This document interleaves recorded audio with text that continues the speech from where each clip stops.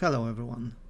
In view of the recent flood of UAP related news, today's video is going to be a little shorter. We are going back to year 1974 and an event which is sometimes dubbed the Roswell incident or the Berwyn Mountain UFO event. On the evening of 23rd of January 1974, people across the Midlands region in the UK observed strange lights passing through the night sky, heading westwards. Most people assumed these are meteors. When the object or objects reached Wales, the whole situation quickly changed. Local residents of the village of Llandrillo in the north of the country saw a bright object followed by a luminous tail.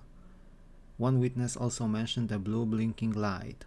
The object was seen hovering motionless for several minutes, during which time it alternated its brightness.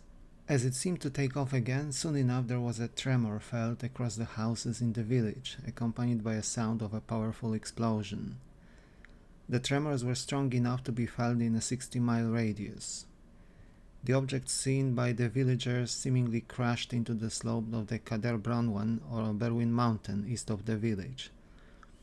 The locals were confused and some thought about visiting the crash site, but the mountainous slope were extremely treacherous on a cold January night. Nevertheless, people saw police and the mountain rescue team from the Royal Air Force Base in Anglesey arriving almost immediately, with the area of the crash site cordoned off. When people eventually ventured out the next morning, they saw no sign of a crash present where it should be. With one exception, a local nurse with her daughters were climbing up the slope, and this is where she allegedly saw an intact, large, circular object sitting on the ground, with the object emitting an orange glow.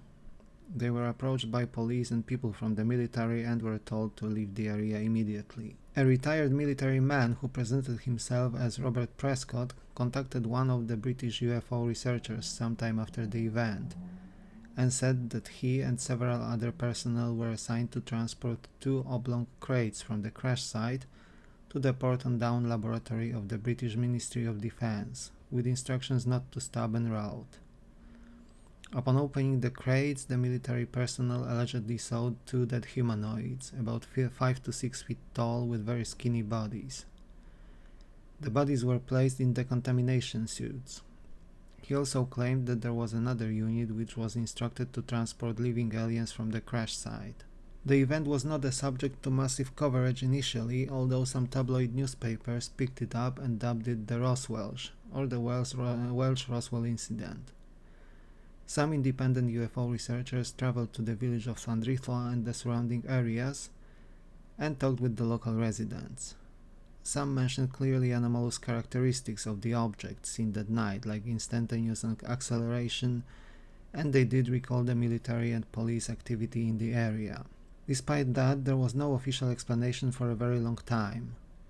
In fact, it was only in 2005 that an investigation concluded by the Ministry of Defense eventually produced a report, with a conclusion that the entire Berwyn Mountain event was a combination of meteors visible that night and an earthquake recorded in North Wales by scientists.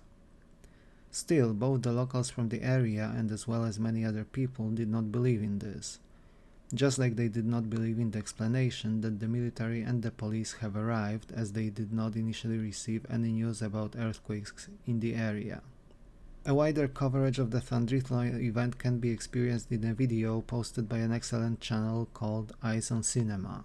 You can find the link in the comment section down below, and I would encourage everyone to explore their videos, because they contain many amazing interviews and cases related to UFO events across the decades. What do you think of this particular incident, dear viewers? Was there really a UFO crash in Wales in 1974? Perhaps you are from Wales or know someone who has lived there.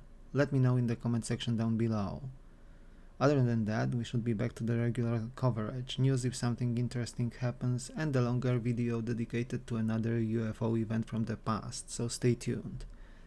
Thank you for watching, like and subscribe if you enjoyed the content, and I will see you soon in another video. Take care.